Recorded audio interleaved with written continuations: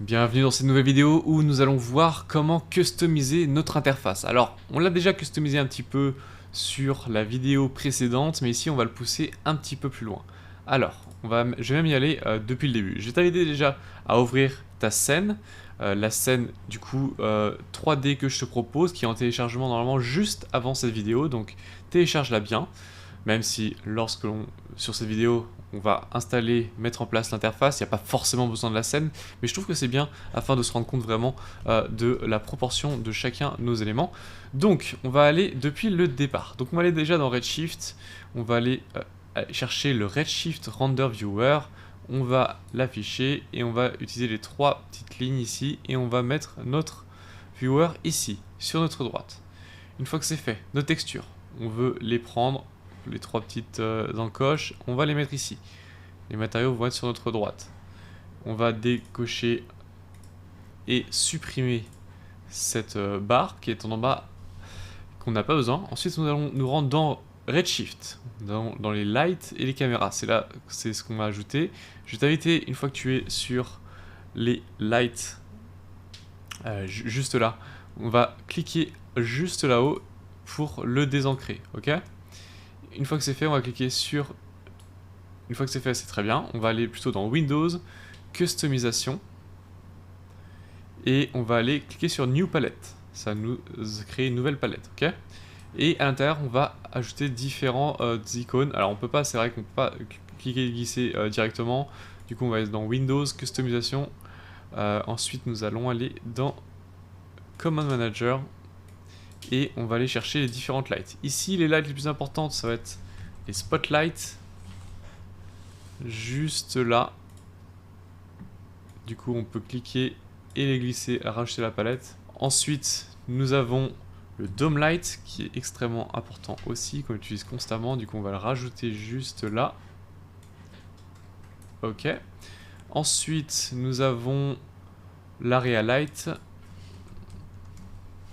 Ok, fais bien attention, il y a deux types d'area light. Prends bien la seconde, ok. L'area light, on peut le mettre peut-être en premier. Bon, on va réajuster l'ensemble après. Ok, ça c'est pour les lights. Pour le reste, je n'utilise pas souvent, du coup je ne vais pas les ajouter. Mais on va continuer avec d'autres éléments. Du coup, on va aller dans Redshift. Dans les objets, on va laisser comme ça. Les lights aussi. Dans les caméras, on peut désancrer pour voir un petit peu ce qu'on va avoir. Et on va aller chercher la standard. Ici, standard light de chez Redshift. Et du coup, on va aller le placer juste là. Ok. Maintenant, qu'est-ce qu'on a d'autre? On a le render viewer. Pas forcément besoin. Asset Manager, ça va être important. Et le Redshift AOV aussi. Du coup, ça va être ces deux-là qu'on va rajouter maintenant. Du coup, je vais rajouter AOV Manager. Et on va pouvoir le mettre à côté. Et le dernier, Asset Manager. Ok, une fois que c'est fait, on va les glisser là. Je pense qu'on est bon.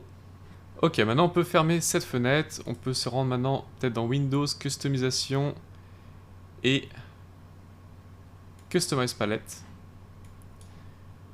Et on va aller cliquer, glisser cette palette juste là, juste au-dessus. Ok? Une fois qu'elle est là, très bien, on va la voir. On va avoir possibilité de créer différents objets, différentes lights rapidement. Ça va être beaucoup plus pratique pour nous. Très bien. Une fois que c'est fait, on va... tu peux enregistrer ce viewport. Alors, tu peux glisser comme cela. Sache que moi, j'ai deux types de Redshift. Un Redshift où c'est là où j'ai plus joué avec les lights.